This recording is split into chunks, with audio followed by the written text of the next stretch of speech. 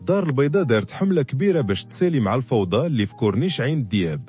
المدينة كتركز دابا باش ترجع الروح للكورنيش اللي كان ديما واحد المتنفس بحري مشهور وواجهة ترفيهية وسياحية كبيرة في العاصمة الاقتصادية ديال البلاد. السلطات بدات صباح يوم الخميس عملية هدم واسعة في عين الدياب، وبالضبط في المنتجع معروف بارادايس، بعد ما وصلت الجرافات باش تنفذ قرارات تحرير الملك العمومي البحري.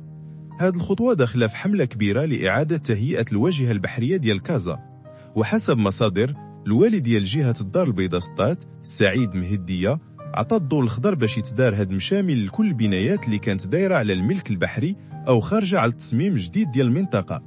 الهدف هو خلق فضاء حضري عصري كيعكس طموح كازا باش تولي واجهة متوسطية راقية بلا فوضى ولا احتلال للملك العمومي.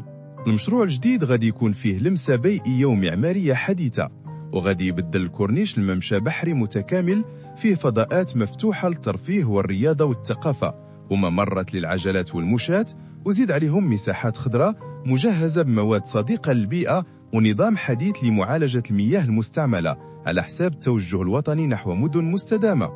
والهدم موقفش غير عند بارادايس، بل شمل حتى بنايات ومقاهي وفضاءات أخرى كانت دايرة على الملك العمومي بلا رخصة، وحتى المنطقة ديال ضريح سيدي عبد الرحمن اللي دازت منها عملية تحرير من قبل ورجعت ليه الروح ديالو القديمة. وتعباو حتى فرق تقنية وأمنية باش ينظموا السير في الطرق اللي كتوصل للكورنيش ويسهلوا الأشغال ديال الجرافات باش الخدمة تمشي مزيان وبلا مشاكل.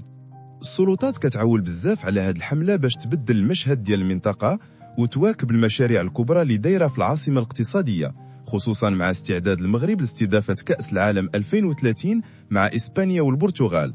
الكورنيش غادي يكون واحد الواجهة اللي كتمثل صورة المغرب الحديثة قدام الزوار.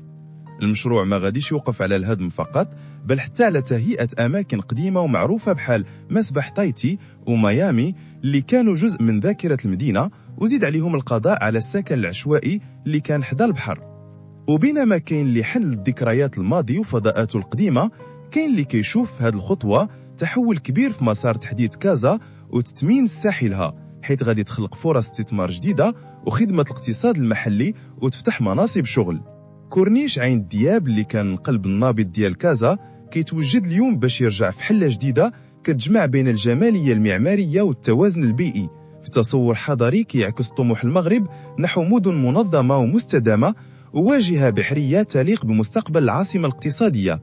والبيضاويين دابا كيتسناو يشوفوا الشكل النهائي ديال المشروع اللي غادي يرجع للمدينة علاقتها بالبحر ويعطيها وجه جديد كيتماشى مع التطور الاقتصادي ومكانتها في العالم.